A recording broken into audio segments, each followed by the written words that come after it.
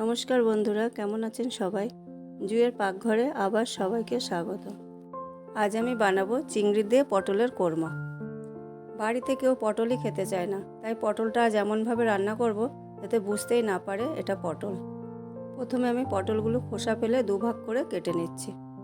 এবার চামচ দিয়ে পটলের ভিতরের বিচিগুলো আমি ফেলে দেব। পটলগুলো একটি পাত্রে আমি সিদ্ধ করতে বসিয়ে দিয়েছি। ততক্ষণে চিংড়ি মাছগুলো বেছে ধুয়ে নিই।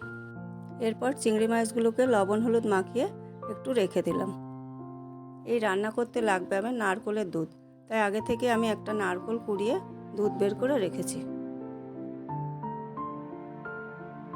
এদিকে আমার পটলগুলো সিদ্ধ হয়ে গেছে। এবার জল থেকে পটলগুলো আমি একটা মিক্সিং জারে তুলে নিলাম। রান্নায় যেহেতু আমি শুকনো লঙ্কা ব্যবহার করব না, তাই পটলের ভিতরেই 5-6টা কাঁচা লঙ্কা দিয়ে দিচ্ছি। হয়ে গেল আমার পটলের কাই তৈরি করা। এই রান্নার জন্য আমি জিরে, আদা, 4 কোয়া রসুন আর একটা পেঁয়াজ বেটে নিচ্ছি। ভিডিওটি না টেনে রান্নাটা সম্পূর্ণ দেখবেন। কেমন লাগলো কমেন্ট করে জানাবেন।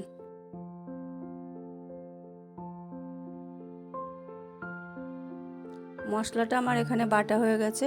এবার চিংড়ি মাছগুলো লাল করে ভেজে নেব। আপনারা এইভাবে পটল রান্না করে খেয়ে দেখবেন, অনেকটা ডিমের কোরমার মতনই স্বাদ লাগে। পটলের কোনো গন্ধই থাকে না। এখানে মাছগুলো আমার ভাজা হয়ে গেছে। এবার আমি একটা পাত্রে মাছগুলো তুলে রাখবো। মাছ ভাজা এই তেলের ভিতরে ফোড়নে দিয়ে দিলাম আমি শুকনো লঙ্কা আর জিরে। এবার মশলাটা ঢেলে একটু কষে নেব। মশলাটা কষে আসলেই এর ভিতরে দিয়ে দেবো আমি পটলের কাইটা, আর দেব পরিমাণ মতন লবণ আর হলুদ। এই পটলের কাইটা জল থাকা পর্যন্ত আমি ভালো করে নাড়তে থাকবো। জলটা শুকিয়ে এলে এর ভিতরে দিয়ে দেবো করে রাখা নারকেলের দুধটা। এই রান্নায় এখানে আমি একটুও জল ব্যবহার করব না।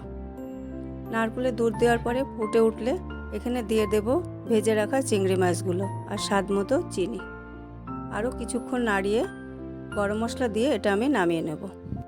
তৈরি হয়ে গেল আমার চিংড়ি দিয়ে পটলের কোরমা। নমস্কার, সকলে ভালো থাকবেন, সুস্থ থাকবেন।